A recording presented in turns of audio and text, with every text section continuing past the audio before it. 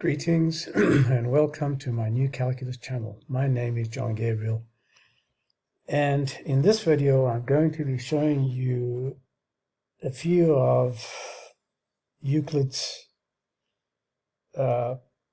excessive, what you might call anal retentiveness, and anal retentiveness in proving things which didn't have to be proved, and also how he went overboard many times in his proofs. So let's begin. First of all, I want you to know that Euclid was not perfect, but he was pretty close to it, okay? And one has to know that even though his work endures till this very day, it is in serious and dire need of revision, because Euclid's Elements are, without any question, the de facto foundations of mathematics, not the garbage of set theory or Zermel or Frankel axioms or any of the other drivel that you find in mainstream mathematics. None of that. Euclid's Elements is the only document that shows how one can think and exercise one's mind systematically and realize almost any knowledge from the elements, which in Greek is called stihia. Okay, so the elements are not about geometry, they're not about many of the other nonsense that mainstream mathematics academics think. They've never understood the elements. They've never even had a clue what Euclid was attempting to do. So just for the sake of completeness, I'm going to start off with proposition 1. It's very unremarkable. It doesn't even need to be proved. And I'll show you the reasons why. So let's just go straight to the applet that I've got up here. So and let's look at his proof, okay? So, and then I'll continue and show you why it's totally unnecessary. So Euclid says, in a very short proof that I've showed you here, I've compiled this because this is very verbose.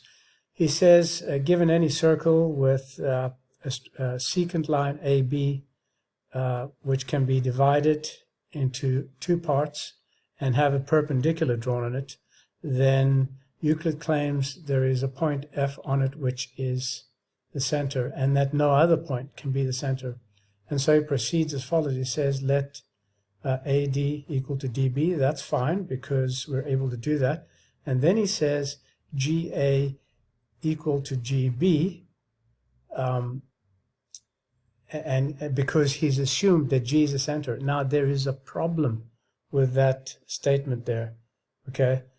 And in fact, he could have stopped right there. He didn't have to do all these other statements. And I'll tell you why he could have stopped after the statement in a moment. But then he proceeds to show that AGD is congruent to BGD because they have this line common and they have the radii common. And of course, we have that AD is equal to DB, which is given. So obviously AGD is equal to BGD. And so the angle ADG, this angle here, will equal to GDB, and they're both presumably right angles because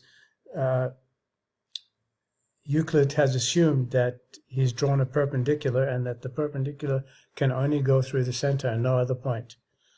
And then he says, but this angle FDB is equal to a right angle, so it's greater than GDB, which is also a right angle. And it cannot be because we know that FDB is greater.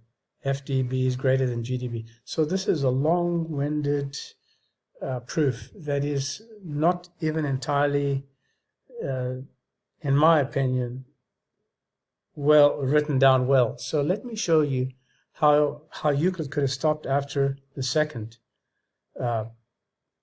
statement. So this is the first contradiction because he could have said if F is also a center, then FA is equal to GA, right? then FA is equal to GA.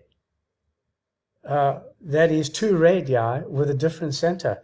And why can we stop there? Because it contradicts part of the definition of a circle. A circle is that path from which the distance to a given center is always the same straight line. That's the part of it that it contradicts.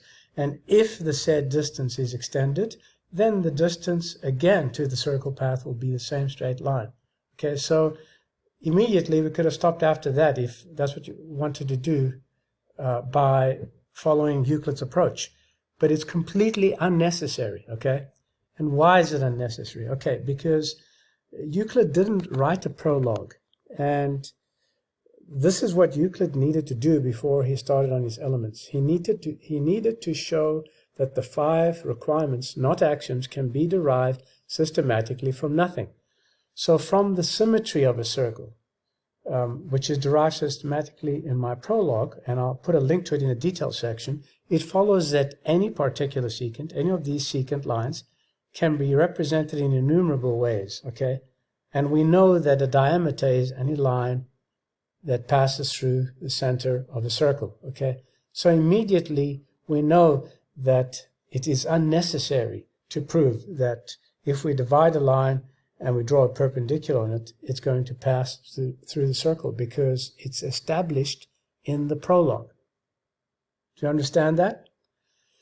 So there are many other such propositions in Book 3, which are also unremarkable, do not need a proof because they've been established in the prologue.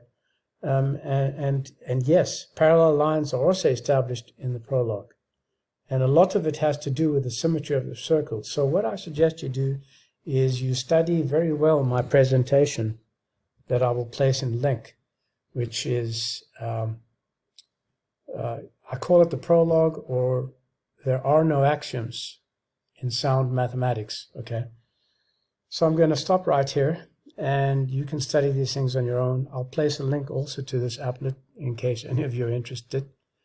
And I'll continue next time with another interesting video. My name is John Gabriel. This is a new calculus channel. Till next time, goodbye.